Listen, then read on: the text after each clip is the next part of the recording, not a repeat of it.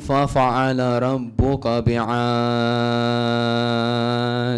إرم ذات العماد التي لم يخلق مثلها في البلاد وثمود الذين جابوا الصخر بالواد وفرعون ذي الأوتاد الذين طغوا في البلاد فأقترحوا فيها الفساد فصب عليهم ربك سوط عذاب إن ربك بالمرصاد فأما الإنسان إذا ما ابتلاه ربه فأكرمه ونعمه فيقول ربي أكرمن وأما إذا ابتلاه فقدر عليه رزقه فيقول ربي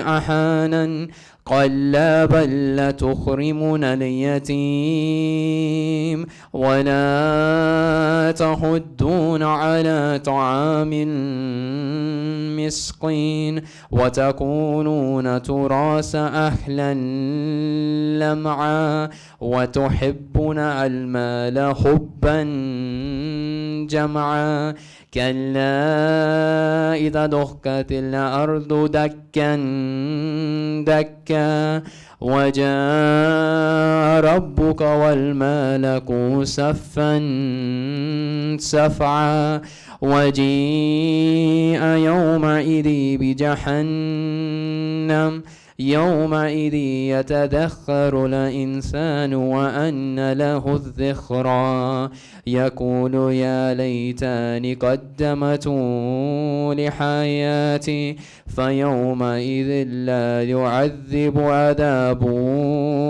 أحد ولا يطلق واتقوا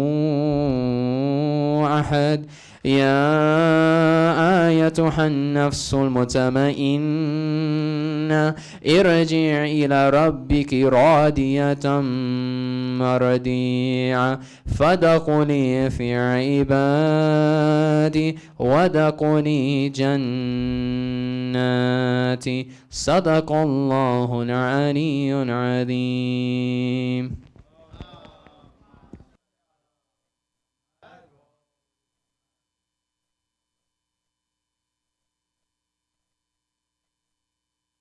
I would like to invite Brother Mohsin Ladak for the recitation of Salam, please. Bar Muhammad wa ali Muhammad salawat.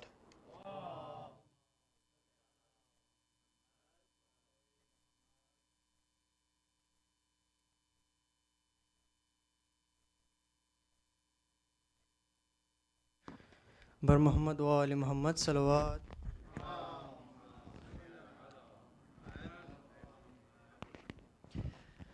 मेरी जंजीर ना खींचो सकीना जाग जाएगी मेरी जंजीर ना खींचो सकीना जाग जाएगी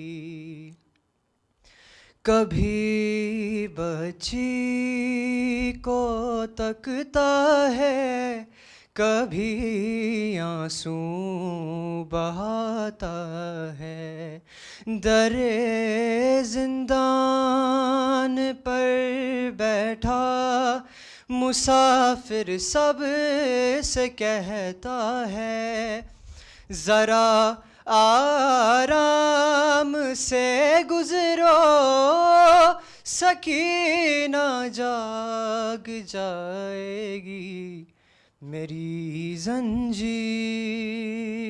ना खींचो सकीना जाग जाएगी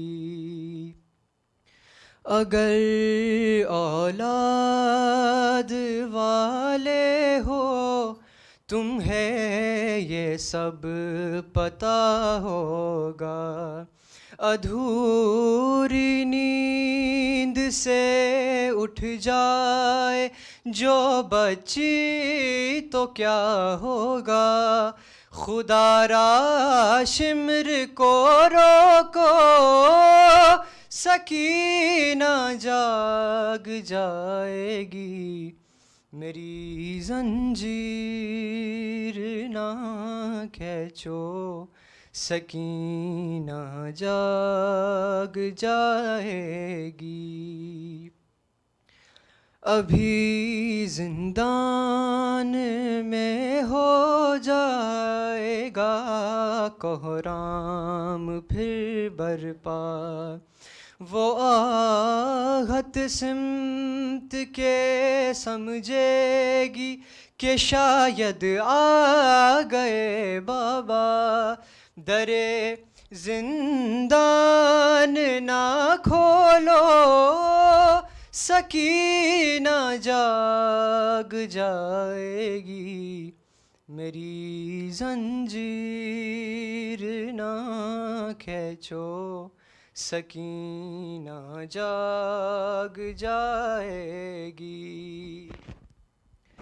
कभी बच्ची को तकता है, कभी आंसू बहाता है, दरे जिंदान पर बैठा मुसाफिर सब से कहता है, ज़रा आराम से गुज़रो, सकीना जाग जाएगी, मेरी जंजीर ना खींचो, सकीना जाग जाएगी।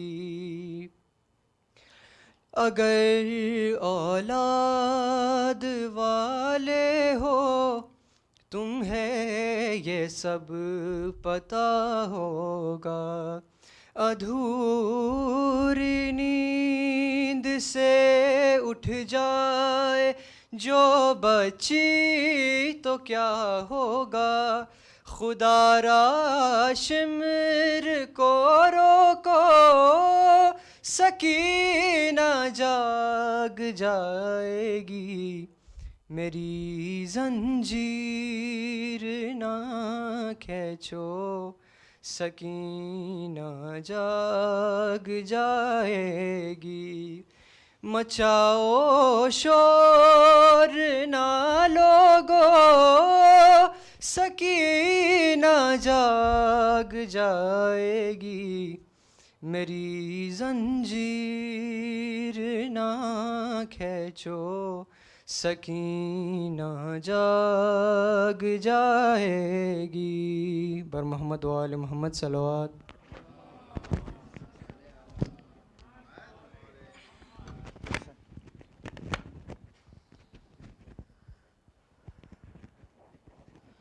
Bismillahirrahmanirrahim.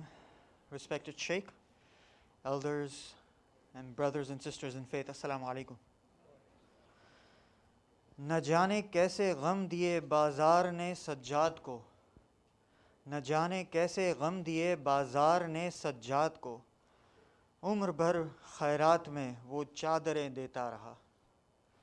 Roughly translated, if one doesn't know what trauma the bazaar caused Imam Sajjad alayhi salam, they should see that all his life he kept giving hijabs to those in need. Our condolences to the Imam of our time on the martyrdom of our fourth Imam, Imam Zainul Abidin alayhi salam. May Imam Zamana Ajalallahu Ta'ala Farajahu accept our mourning. Programs and events like these here at CFK are only possible due to the support of our sustainers and sponsors. Alhamdulillah. For details on how to become a CFK sustainer or a program sponsor, please contact our membership director, Brother Asif Patel, join the CFK WhatsApp group, or visit ckdfw.org. Let us now recite a Fatiha for the marhumin of tonight's sponsors. Marhum Ahmed Ali, son of Hussein Qasim Ali, the marhumin of the anonymous donors, marhumin who don't have anyone to pray for them, all our marhameen and the marhameen of the Ummah. Bismillah ar-Rahman ar-Rahim. Alhamdulillah Rabbil Alameen.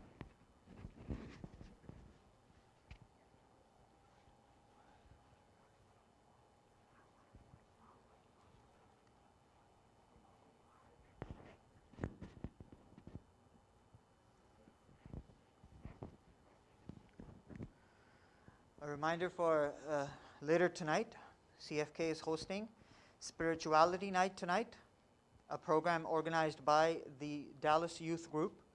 This program is scheduled to start at 10:30 p.m. today and is open to all young vaccinated brothers and sisters ages 16 to 30 only. We are also proud to host Sayyid Suleiman Hassan from Washington, D.C. here at CFK next week. Details for the programs for next week will be sent out in the WhatsApp group. It is now my honor to invite the Shaykh to please ascend to the member. Bah Muhammad wa ali Muhammad salawat.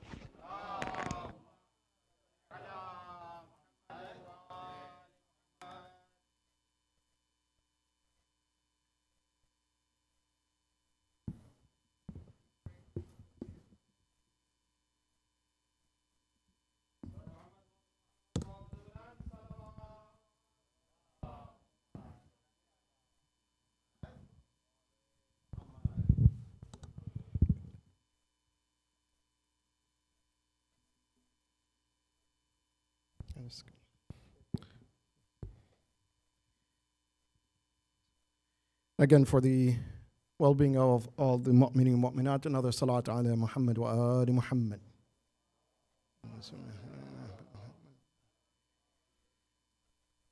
And a final, louder salat ala Muhammad wa ali Muhammad for the hastened reappearance of Imam Zaman. Allahumma salli ala Muhammad. أعوذ بالله من الشيطان اللعين الرجيم.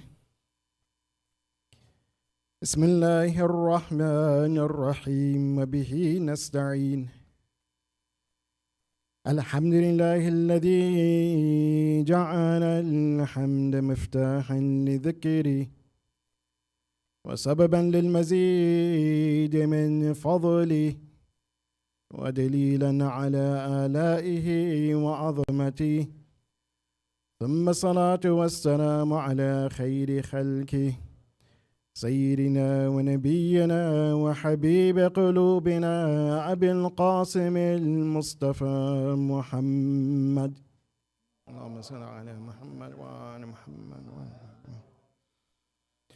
وعلى آله الطيبين الطاهرين المعصومين، لا سيما بقية الله في الأرضين، أرواحنا له فداء.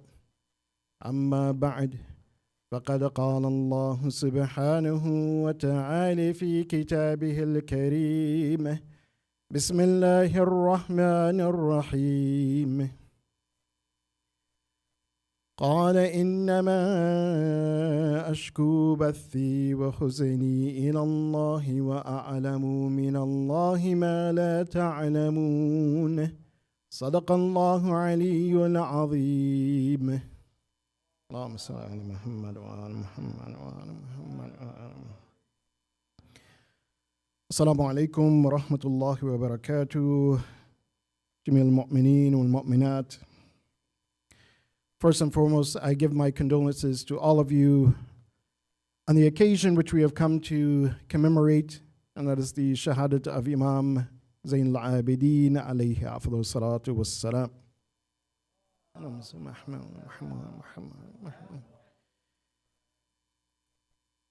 As we mentioned last night, the topic of our discussion revolves around mental wellness and well-being, and particularly with regards to anxiety, and hopefully that anxiety would not reach to that point of making us dysfunctional within society, to the point where mental health professionals, they say that it is an anxiety disorder, meaning that anxiety, it begins to take over your life. to the point that you're not able to interact or to function within society or do things that you normally do. It basically shuts you down.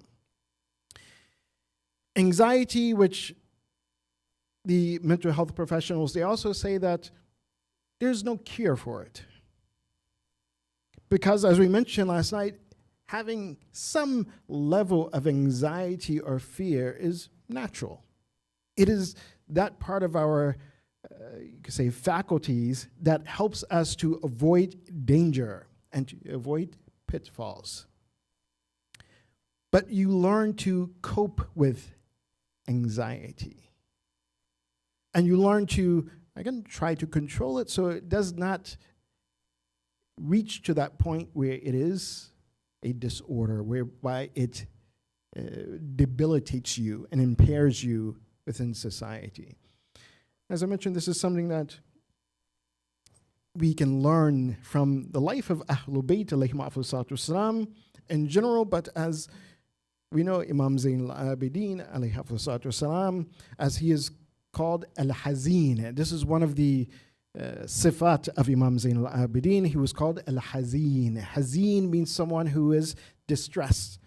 Someone not simply sad, yes. Hazin or huzn comes in the meaning of sadness, also comes in the meaning of distress. But we see that Imam Sajjad alayhi afdalus salam, in his state of huzn, in his state of sadness, in his state of distress, he does not allow it to impair him. Though he cried for 35 years after the event of Karbala, but what happened? But it did not stop him from educating the ummah. It did not stop him as well from any of his activities, from helping the poor, carrying food and bread and flour on his back and distributing it to the fuqara, the poor people of Medina. So it was not impairing, it was not debilitating to him. But if someone simply looked at the apparent state of Imam Zain al-Abidin, they would say, oh, well, why is he continuing to cry? At every moment he's crying, every time he sees water he cries, every time you put food in front of him he cries, every time he hears a verse about Jannah and paradise and hell, he would cry. So that question would come to mind. In fact, it came to mind among some of those individuals who were around Imam Sajjad alayhi afdalus salam.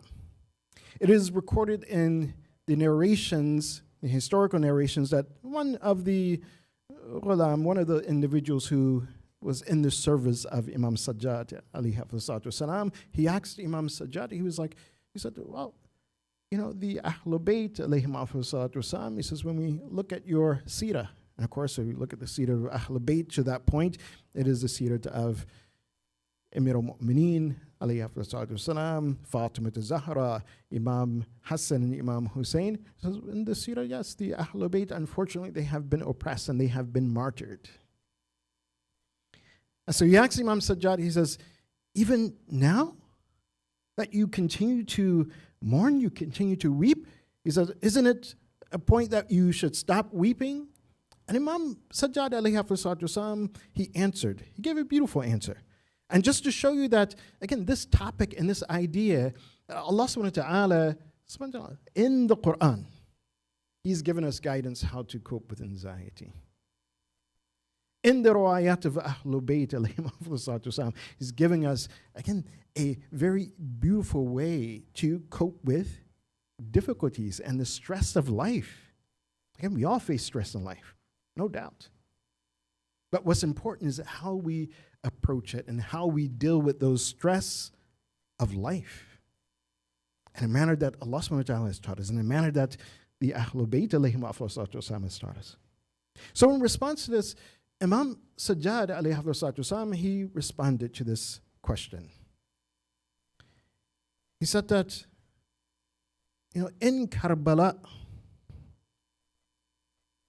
and I'm paraphrasing here, he says, in Karbala, my father was martyred, my uncle was martyred, my brother was martyred, my cousins nephews, they were all martyred. My cousins, they were martyred. The companions were martyred. He says, and I am crying because of this. And then after that, the daughter of Amir al-Mu'mineen, they were put into chains. Their charger was taken from them. We were ushered around the ummah to Kufa. Again, at least in Kufa, people knew the Ahlul Bayt. Again, I'm paraphrasing here. Imam Sajjad, he didn't give all of this behind, but I'm giving you the example. He said that, look, what happened in Karbala, this is one thing. And then the most distressful place, Sham, as Imam Sajjad, he mentioned. He said that, look, my tears are for what happened in Karbala and afterwards. He says, and this was death. This was martyrdom that we saw, that we witnessed, that we experienced. He says, but look at a Nabi, Yaqub. That Yusuf was missing. Yusuf was not killed. Yusuf was not murdered. He was thrown in a well. And what did Allah subhanahu wa ta'ala say about Yusuf? Or he's narrating that what Yaqub said about Yusuf. He says, Yusuf said, Ya asafa ala Yusuf. وَبِيَضَّتْ عَيْنَاهُ مِنَ الْحُزْنِ. This is when Allah subhanahu wa ta'ala explains that when a prophet, when a Nabi like Yaqub, a Nabi al-Ma'asum, simply loses his son, not to death, but simply that this son goes missing, that he cries to the point that he goes blind.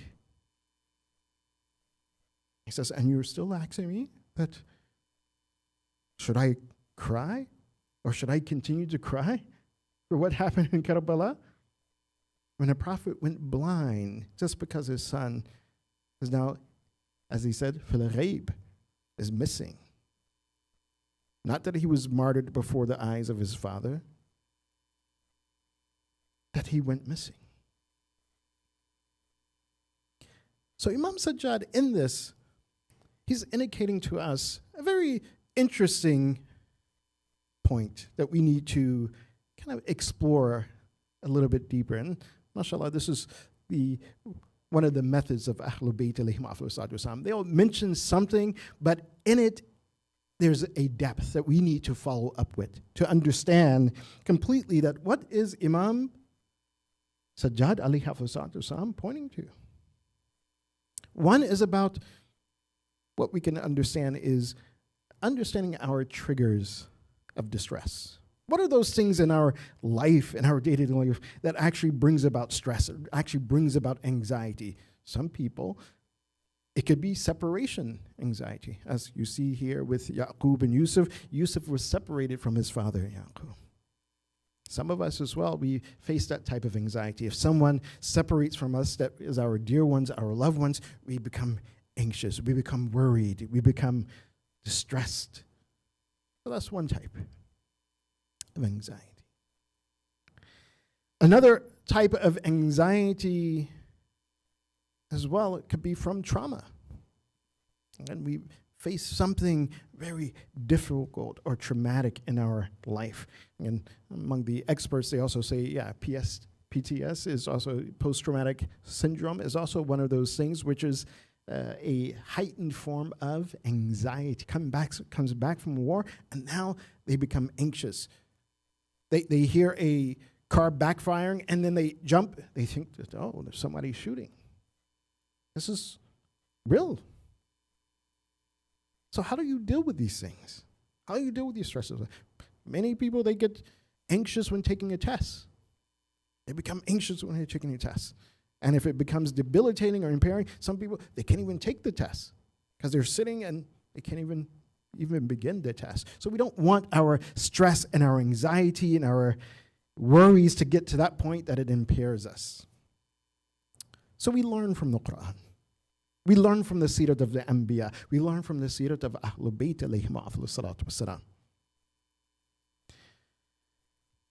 In that,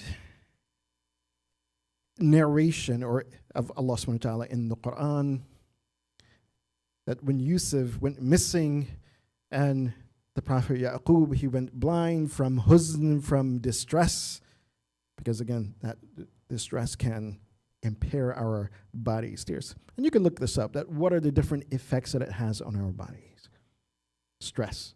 Actually, some say that stress is one of the number one killers. Again, you can get a heart attack from being so stressed out. So the Prophet Yaqub gives us one of the things or secret to dealing with stress and anxiety.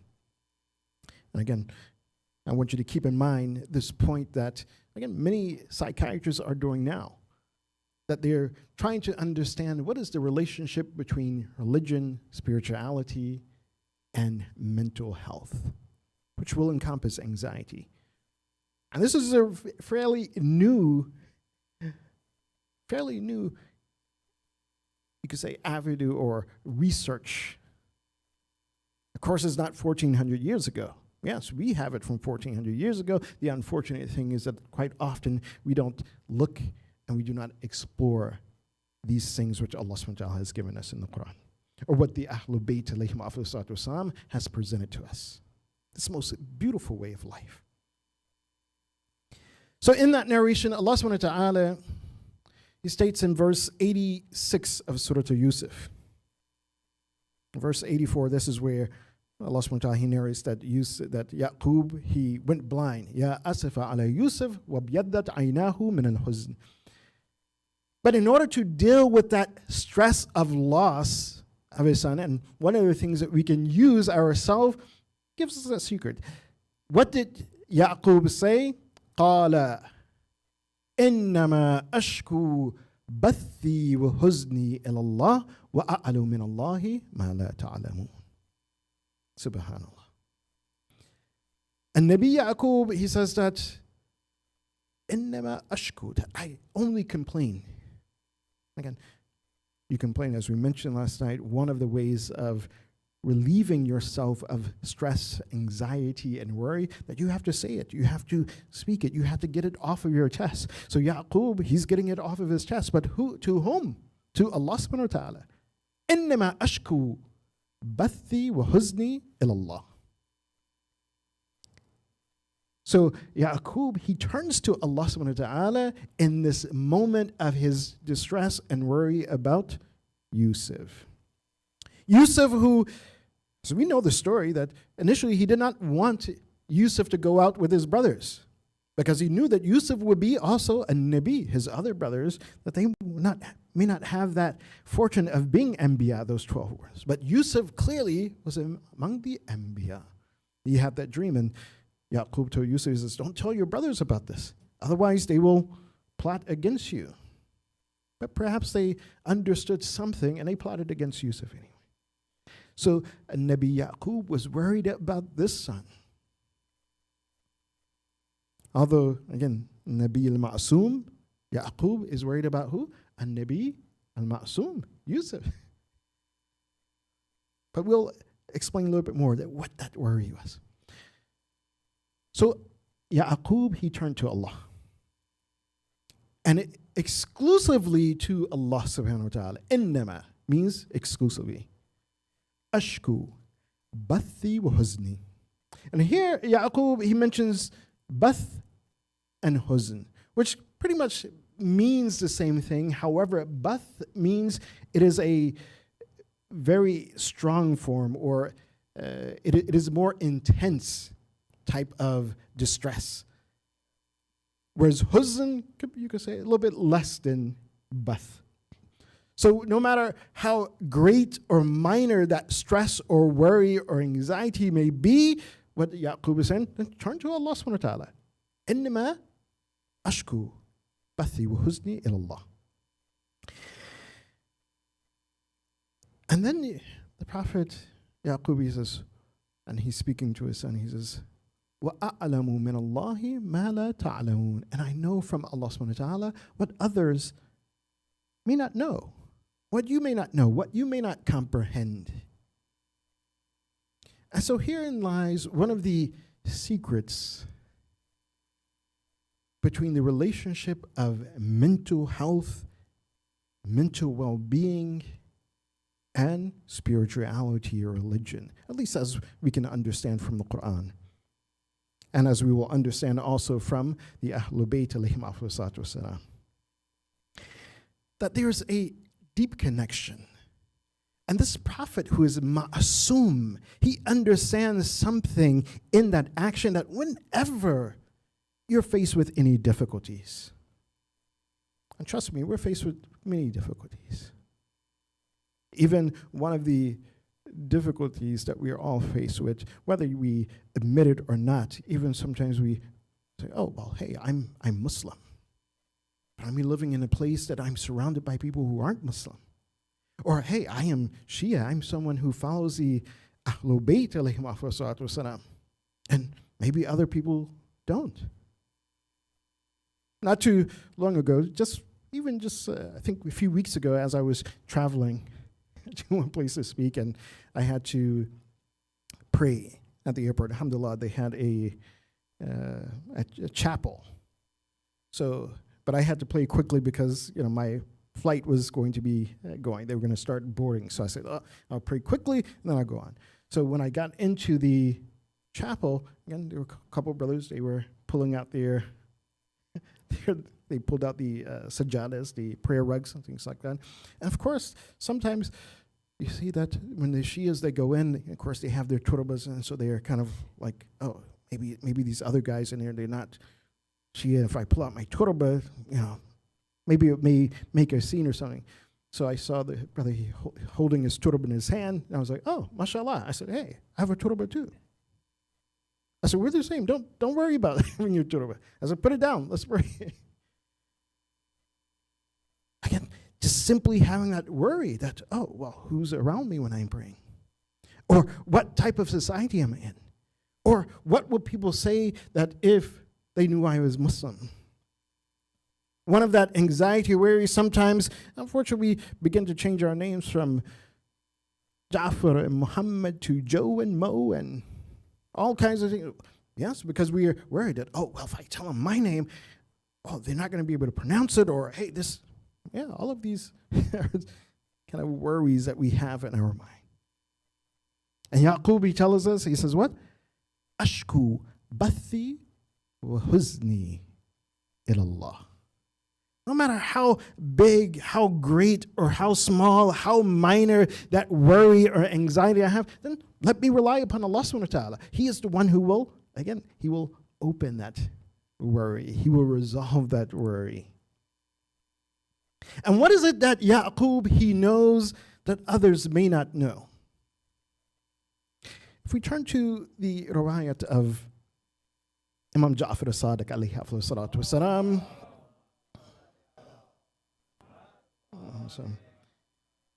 and one of the books you can find in English and many languages has been translated into, and this is Misbahu Sharia. In English, it's called The Lantern of the Path. In one of the chapters, Imam Sadiq alayhi afdalus wasalam, he talks about this concept of huzn. The English translation, it translates it as sorrow. But again, as I said, it's not simply sorrow. When we look it up in Arabic, huzn means distress. It means worry. It means anxiety. It could mean sadness and sorrow as well. But Imam Sadiq alayhi afdalus wasalam, he speaks about this, and he opens up this idea and concept that what is it? Before I get into it, I just want to point this out, at least from some of the mental health professionals. They often say that, well, what exactly is anxiety or worry versus being depressed? Because when you're depressed, you're stuck about something that has happened in the past, that you're harboring upon that. But anxiety and worry says often is looking forward, that you don't know what's going to happen.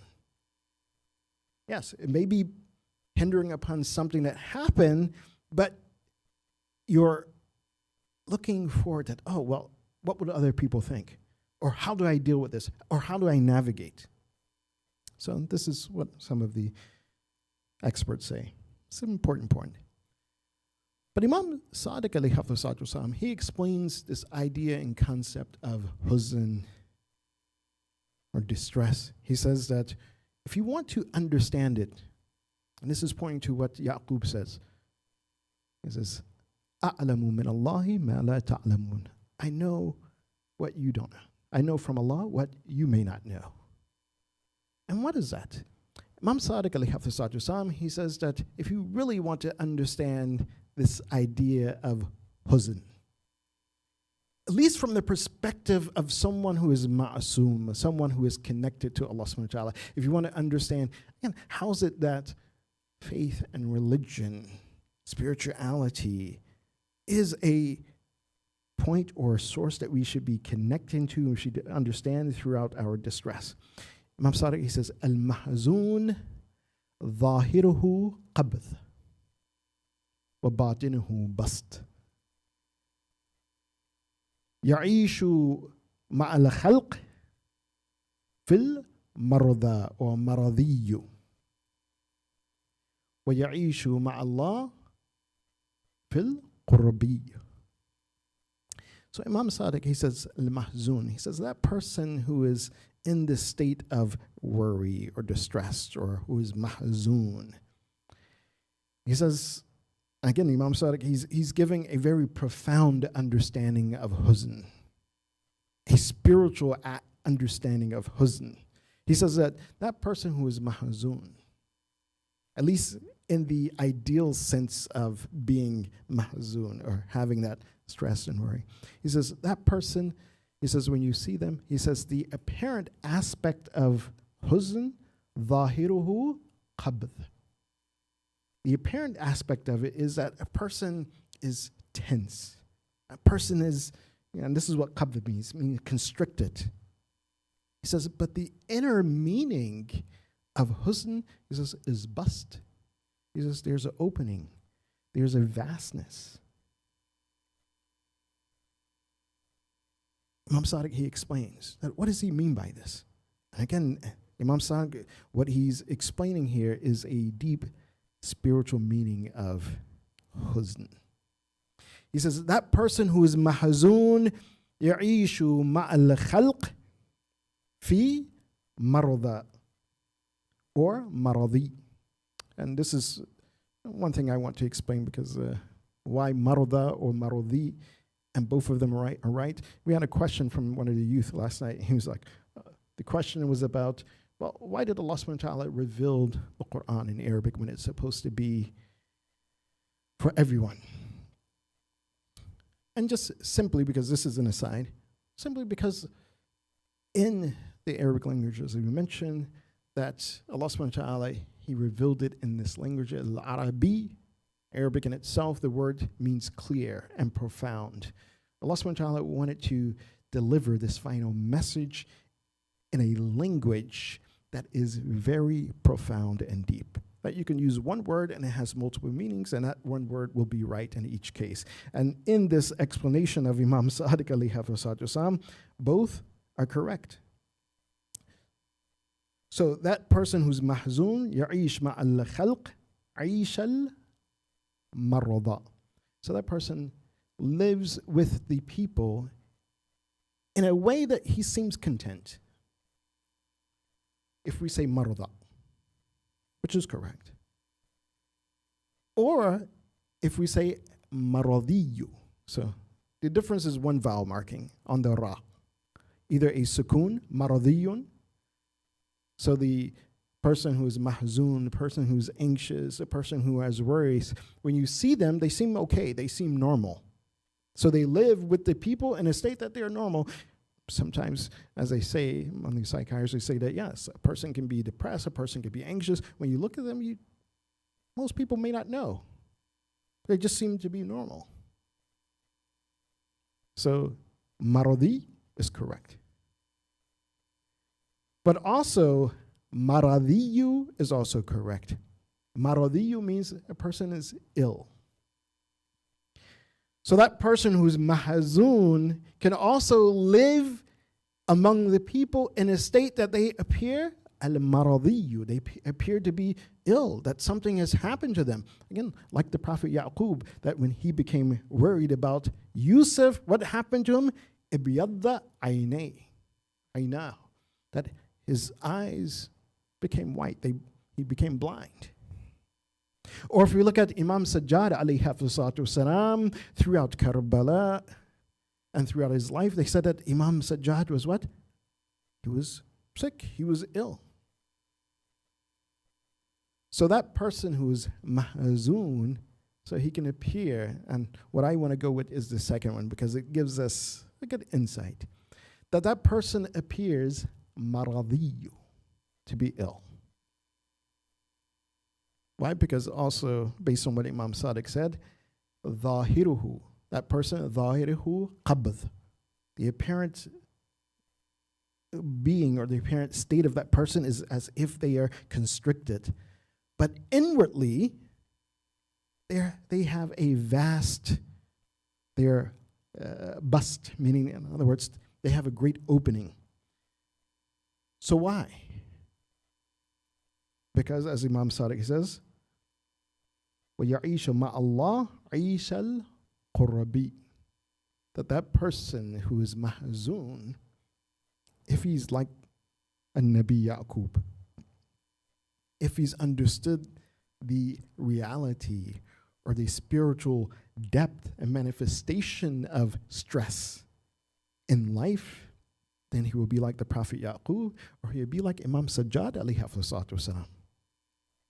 Why? Because that individual, although they may apparently be ill, apparently may be blind, apparently may be sick like Imam Sajjad alayhi salatu wasalam, but in that they find a moment, and 3 moments to connect with Allah subhanahu wa ta'ala. Ya'ish ma'allah aishal qurbi. Qurb means to be close. So they take that opportunity to be close to Allah subhanahu wa ta'ala.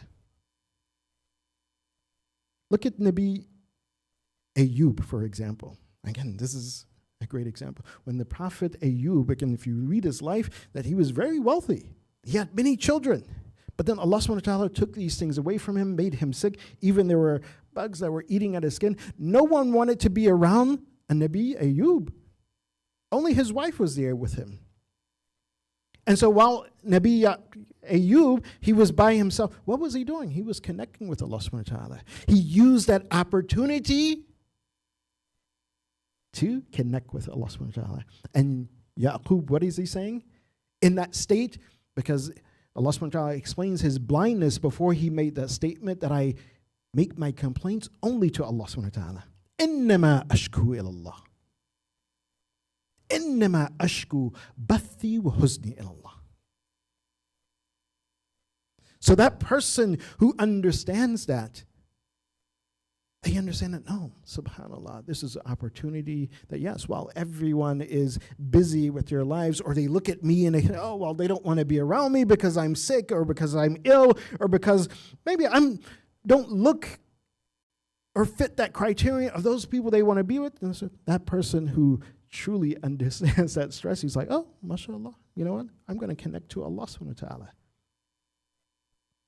One beautiful example, and this is a real example that, subhanallah, every time I mention this, it brings tears to my eyes. It chokes me up a bit. One friend of mine by the name of Dawood, his mother, she had cancer. You know, and cancer went into recession for some time, and then it came back. And when it came back, you know, sorry to explain it this way, it came back with a vengeance. It spread throughout her body. There was nothing that could be done. And when she was in hospice, she was passing away. They couldn't do anything because the cancer was spreading so rapidly. But in that state, and so on, her son would also be in tears quite often. And, you know, quite often we would come to comfort him. In that state, she refused. They prescribed morphine and high doses of morphine, but she refused to take even one bit of morphine. Allahu Akbar. Nothing she would take. Even her son, sometimes he would crush up the morphine pills and put it in the water and stir it up. And if she smelt or taste, she would, no. Just bring me regular water. Why was this? Because she believed and she attached herself to Allah subhanahu wa ta'ala. She would say that what? What do we recite in Dua Kamal? Ya man ismuhu dawa wa dhikruhu shifa. She was like, this is my medicine. And Allahu Akbar, we would sit there with, we didn't go into the room with her, and she's in a state where she's comfortable. At least the men didn't go and the sisters went in. But we would be on the outside with her son. We would be making dua, we were reciting dhikr. And it, Allahu Akbar. Salawat.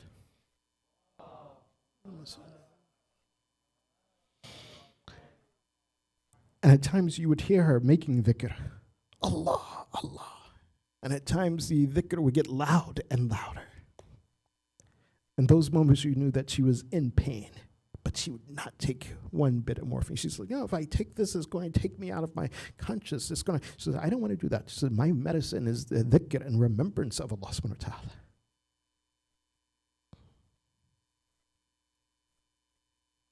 Subhanallah. Someone who is in such distress. Again, innama ashku bathi wa huzni ilallah.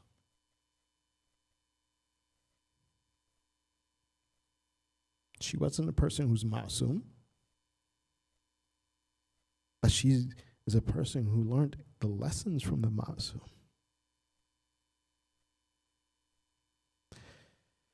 So when we connect to this idea, this understanding that our deen is what will give us guidance through any stress, any difficulty in life. This is something that it's not just simply talk. It's something that, we have to really connect to. We have to understand. Again, many of the experts, they say that, how do you cope with stress and anxiety? They mention a lot of things. Cut back on sugar or alcohol. Of course, we don't have to worry about alcohol. Cut back on that. Some say keep a journal of stress and anxiety to pinpoint those things which give you stress and anxiety in life. Some have said that, again, exercise. And recent research about the relationship between mental well-being, mental health, and spirituality or religion. He said, yes, attending religious gatherings, it helps. And then, of course, they explain, sometimes they say, because the research is looking at every aspect. So, even in some cases, sometimes religion will also increase stress. But they said that, those who believe and understand that their God is a merciful God. He says, usually it tends, versus those who believe that God is wrathful and vengeful. Of course, unfortunately, some believe that, as we call it, fire and brimstone. People take the fire and brimstone religion that, everything is about hell. Versus that their Lord, that Allah subhanahu wa ta'ala, He is a merciful and kind God. And we say this every day. Bismillahir Rahman Ar-Rahim. And this is why we also mentioned last night the student who he fainted on the minbar. He got only past Bismillahir Rahman Ar-Rahim. Again, Ar-Rahman Ar-Rahim. Only if we understood that. That in itself will help us throughout stress and anxiety. But it's also important for us to understand, especially if we're going to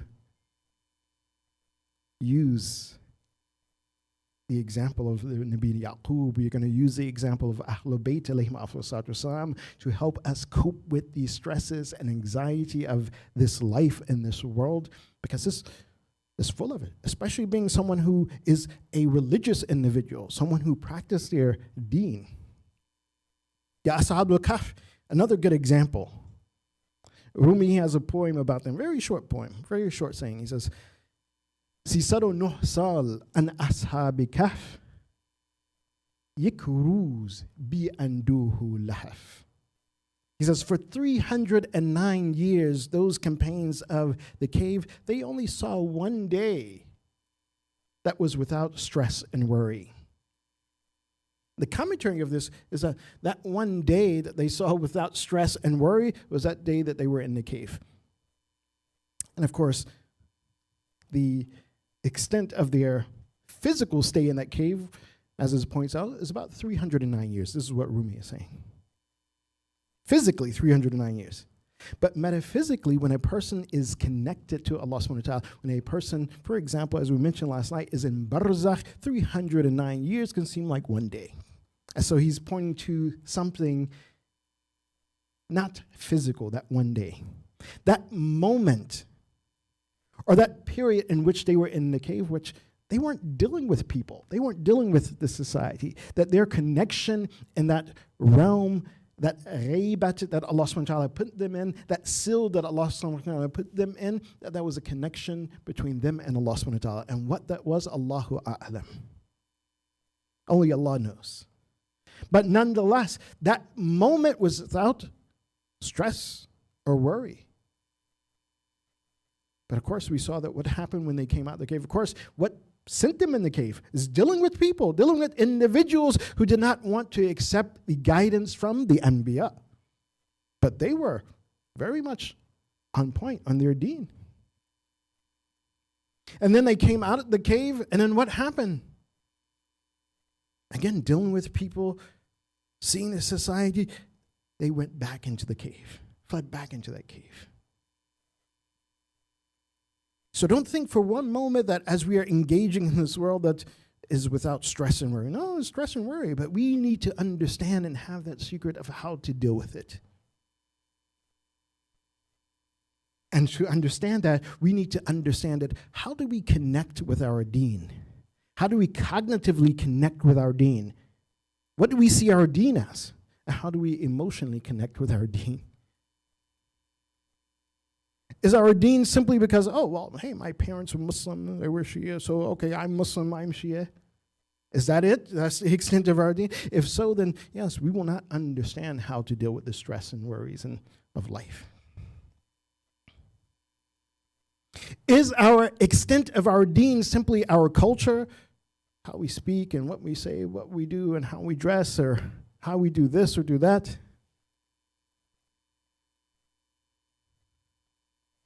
अजीज़ान मुहतरम तवज्जो,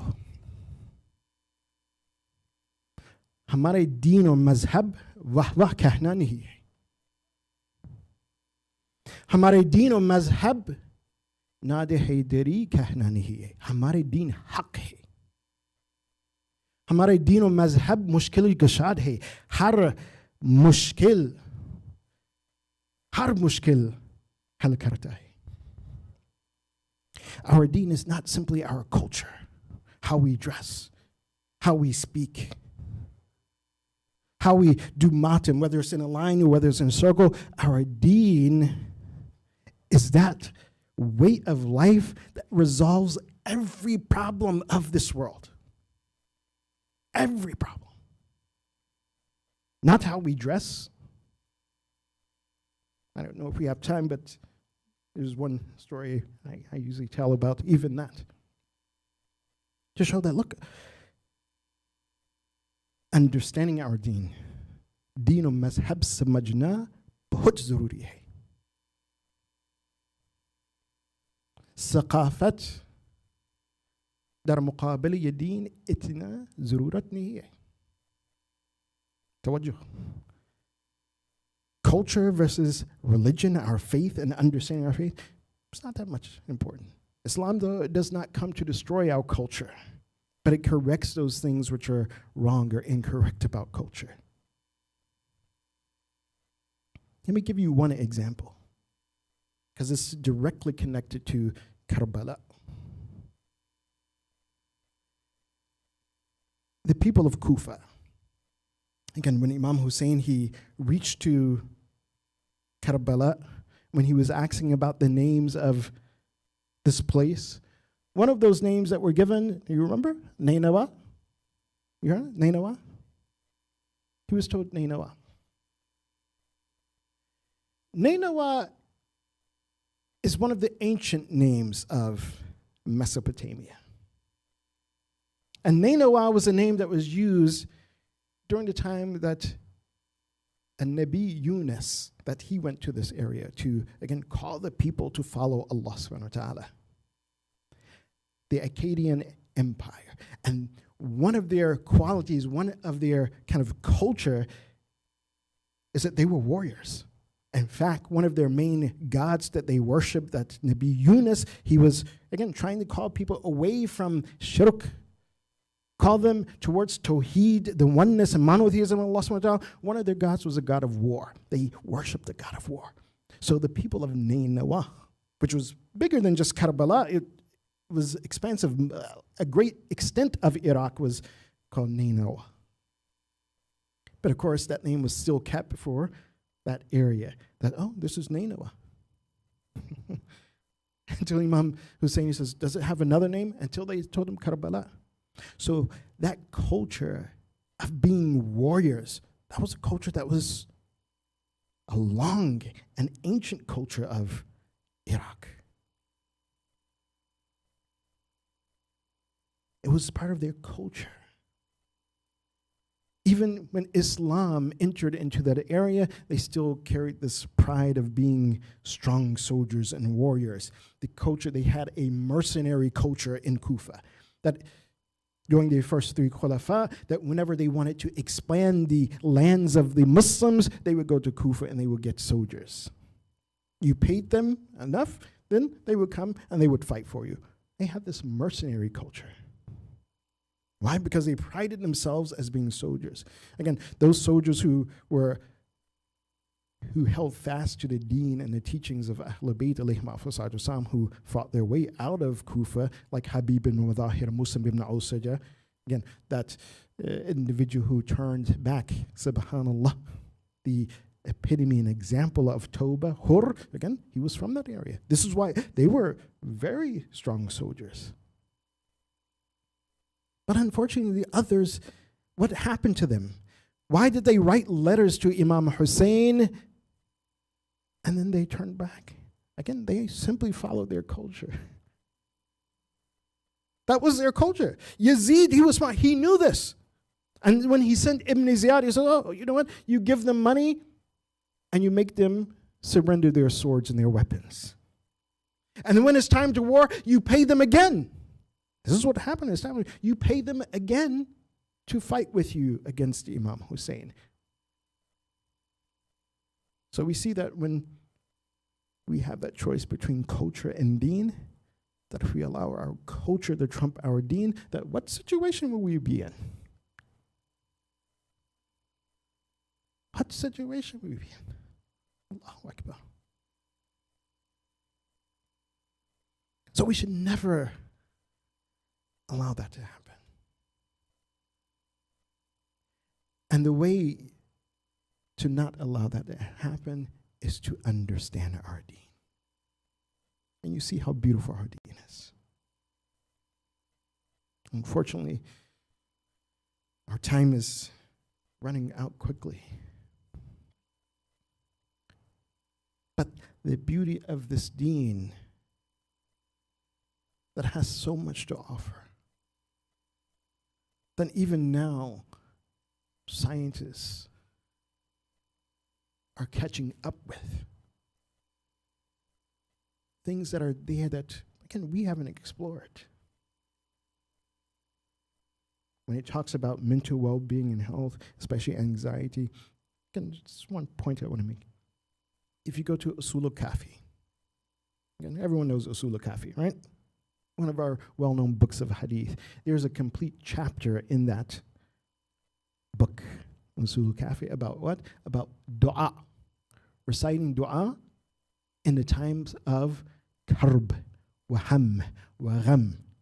Duas that you recite in a time of stress, in a times of worry, in a time that you're anxious. One of the students of Imam Sajjad, alayhi hafizatusalam, Abu Hamza Thumali, there's one dua that's mentioned there that, in fact, Imam Baqir, alayhi hafizatusalam, narrates to him. And again, Abu Hamza Thumali is student of Imam Sajjad and Baqir. So Imam Baqir tells him, he says, Ya Abu Hamza, Ya Abu Hamza. He says that if you're distressed and worried, why don't you go to a place that you're secluded and make 2 rakats of salah? And then recite 70 times, Ya absara nadirin, wa ya asma' as-sami'in, wa ya asra' al-hasibin, wa ya arham ar-rahimin. And at each of the times that you recite this, that you ask Allah subhanahu wa ta'ala for your hajat. You ask Allah subhanahu wa ta'ala to take you out of that distress.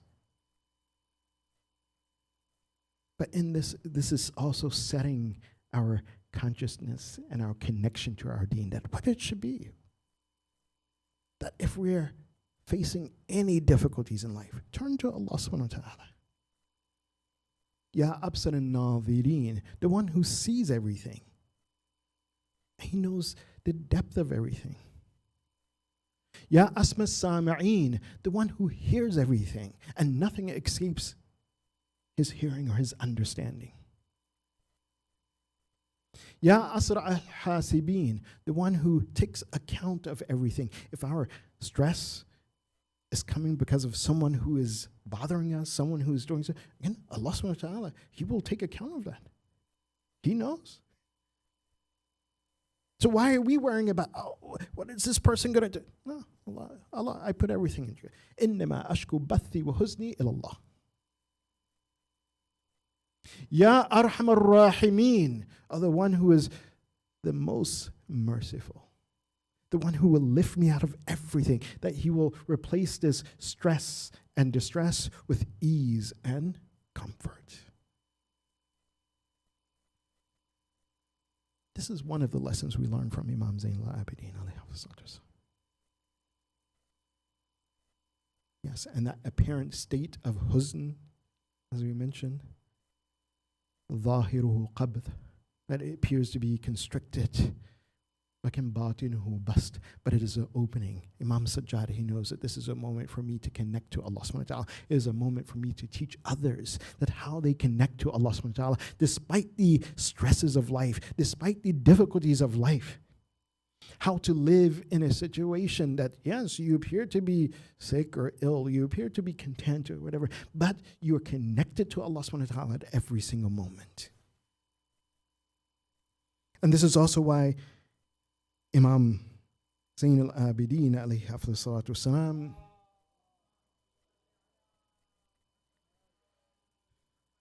once as he saw one individual in Medina complaining. This individual was someone who perhaps came to Medina, perhaps after Hajj, or he was just traveling, and for some reason he perhaps got stranded or stuck there. He wasn't from Medina. And so he was calling out. He was in the streets, and perhaps he was in a situation where he was poor. He didn't have the means of his livelihood, and he kept saying, Ana gharib. Ana gharib. I'm someone who is estranged. I'm someone who's been left alone. Akilahu. Imam Zain al-Abidin alayhi salatu, when he heard this, he saw this man. He said, O servant of Allah, you're saying that you're a gharib? You're saying that you're alone, that you have no one to come and no one to help you? He said, let me ask you a question. He said, you say that you're gharib and you're alone Tanha. Jesus said, if you died in the city, he says, would the people come out and give you ghusl? Would they give you kafan? Would they bury you? He says, yes. How does he know? He knows because this is something that's wajib kafai, that if another person dies, and it doesn't, even the way the ahkam works, that even if the person was not even Muslim, it is wajib upon the Muslims to wash the body. It is wajib to give it kafan. It is wajib to bury. So he asks him, he says, you're saying that you're gharib and tanha. But if you died, your body would be washed. You will be given kafan. You will be given dafan. You will be buried.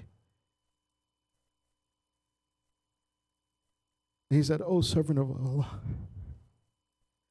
mere baba Hussein gharib tha.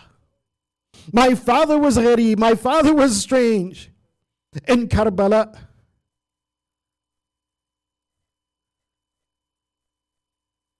No one was there.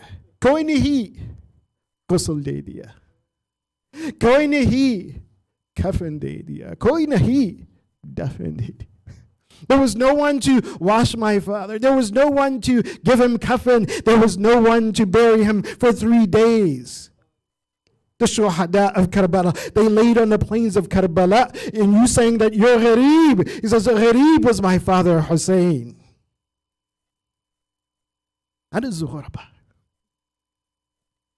That there was no one to bury them. Azadaru. When Imam Zain al-Abidin, after being poisoned by Hisham ibn Abdul Malik, Imam Zain al-Abidin, he was more fortunate that after his death, his son Imam Baqir was there to wash the body, to give it kafan, to wash and to bury his father. Unlike Imam Zain al-Abidin, that he had to come back 3 days after the bodies of the shuhada, after Imam Hussein, Abul Fadl al-Abbas, Ali Akbar, as they laid on the burning plains of Karbala, to come back and to bury the body. But even that burial, even the washing, that ghusl of Imam Sajjad, it was one that was difficult. मक्तल में नकल किया है कि इमाम मोहम्मद बाकिर ने हजरत सज्जाद को ग़ुस्ल देने के बाद सख्त गिरिया किया. That Imam Baqir, after washing the body of Imam Sajjad, they said that he began to cry profusely. He began to cry intensely. Kyun sakht giriya kiya? Why did he cry so hard? Why did the Imam Baqir cry so hard? क्योंकि इमाम Baqir ग़ुस्ल देते वक्त हज़रत सज्जाद की गर्दन में गोल ज़ंजीर की निशानात देखकर और हज़रत मसाइब यद गए. It said that Imam Baqir, that when he washed the body of Imam Sajjad, he began to notice on the body of Imam Sajjad, he began to notice on the neck of Imam Sajjad that there was a ring, there was an imprint around the neck of Imam Sajjad, there was an imprint around the arms and wrist of Imam Sajjad. These were the marks that were left by the chains that was on the necks and the arms of Imam Sajjad, on the legs of Imam Sajjad, that after he was taken from Karbala to Kufa, to the most difficult place, that Imam Sajjad himself said, Asham, Asham, Asham, that the marks of those chains still remained on the bodies of Imam Sajjad. They said that when Imam Baqir, and he was a 3-year-old child in Karbala, he was also in chains. Allahu Akbar. He was also in chains. Perhaps those chains, they were not tight on the arms of Imam Baqir, but they were tight around the necks of Imam Sajjad, around his arms and legs. That even 40 years after the shahadat of Imam Hussein, that these effects were still there. So when Imam Baqir, he saw them, he began to cry profusely. They said that Musa'ib yad aa gaye, that he began to remember. Imam Baqir began to remember that what happened in Karbala. What did Imam Baqir remember what happened in Karbala?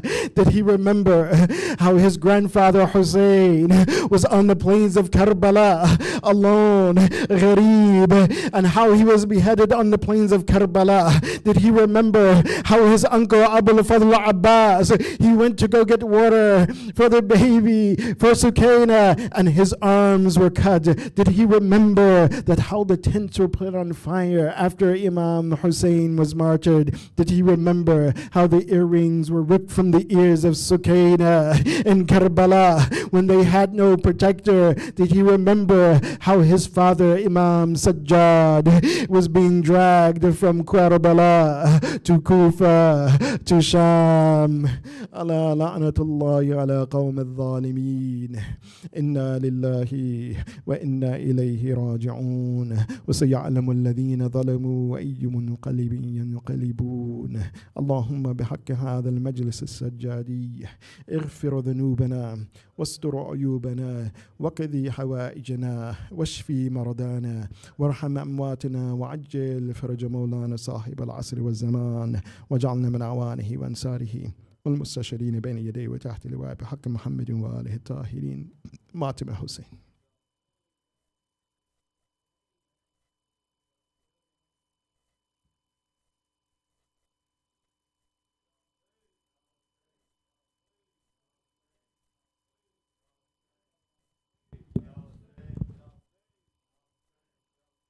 Ya Hussein, Ya Hussein, Ya Hussein, Ya Hussein, Ya Hussein.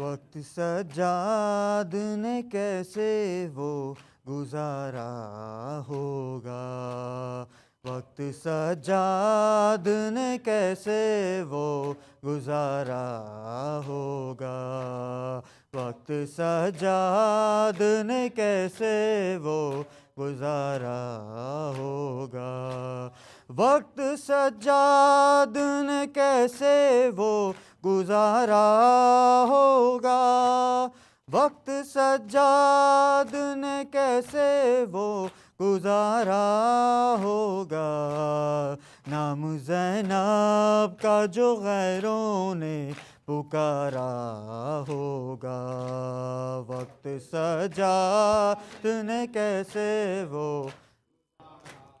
होगा, वक्त सज्जाद ने कैसे वो।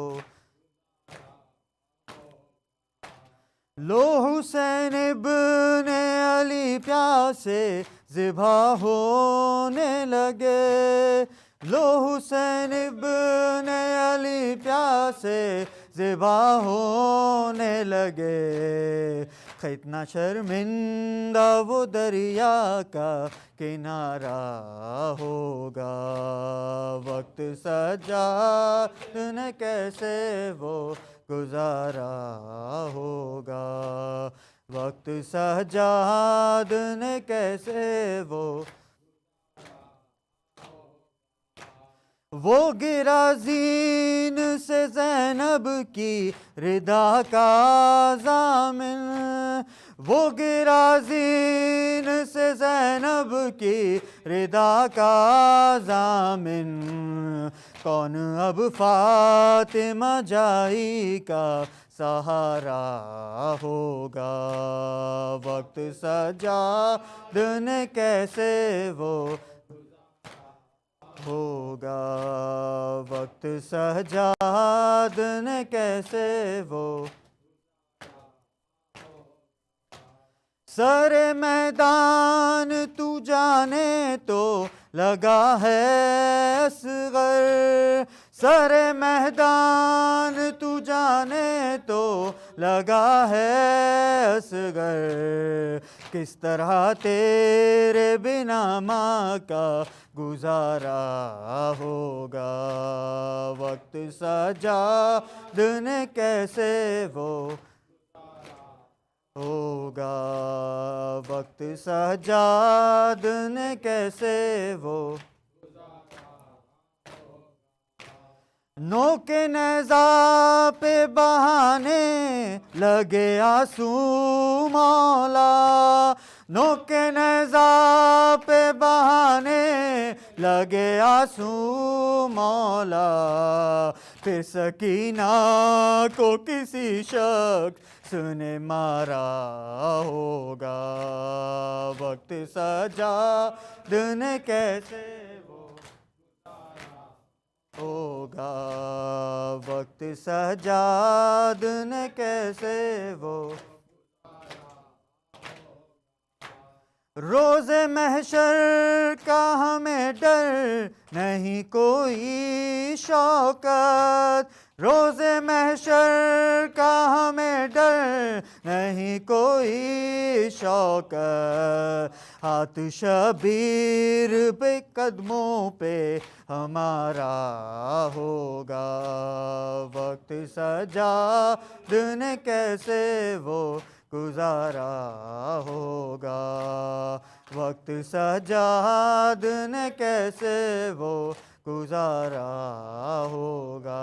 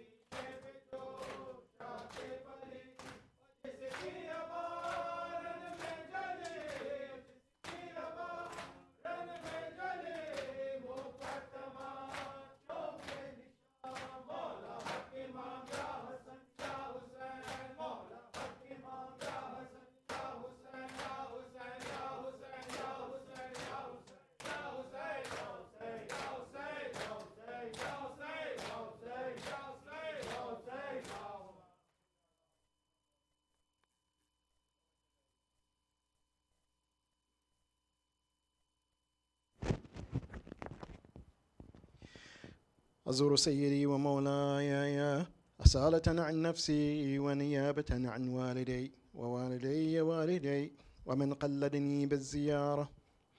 السلام عليك يا نبي الله، السلام عليك يا رسول الله، السلام عليك يا صاحب السكينة، السلام عليك أيها المدفون في المدينة ورحمة الله وبركاته. السلام عليك يا بضعة رسول الله، السلام عليك يا فاطمة الزهراء سيدة نساء العالمين وقرة عين الرسول ورحمة الله وبركاته.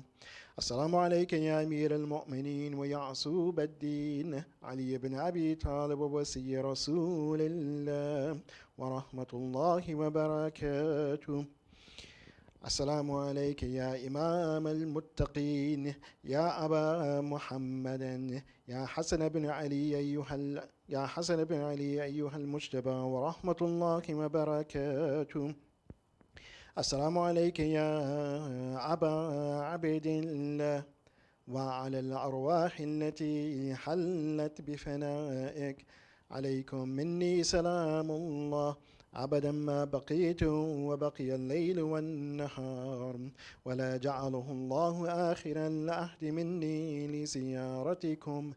السلام على الحسين وعلى علي بن الحسين وعلى أولاد الحسين وعلى أصحاب الحسين. السلام عليكم جميع شهداء كربلاء ورحمة الله وبركاته. السلام على الأئمة المعصومين من ذرية الحسين. السلام على علي بن الحسين زين العابدين. السلام على محمد بن علي باقر علم النبيين. السلام على جعفر بن محمد الصادق الأمين. السلام على موسى بن جعفر الكاظم. السلام على علي بن موسى الرضا المرتضى راض بالقدر والقضاء. السلام على محمد بن علي الجواد التقي. السلام على علي بن محمد الحادي النقي. السلام على الحسن بن علي العسكري. السلام على حجة بن الحسن القائم المنتظر المهدي. عجل الله تعالى فرجه وسهل الله تعالى مخرجه وظهوره وجعل الله من أعوانه وأنصاره والمستشهدين بين يديه وتحت لوائه.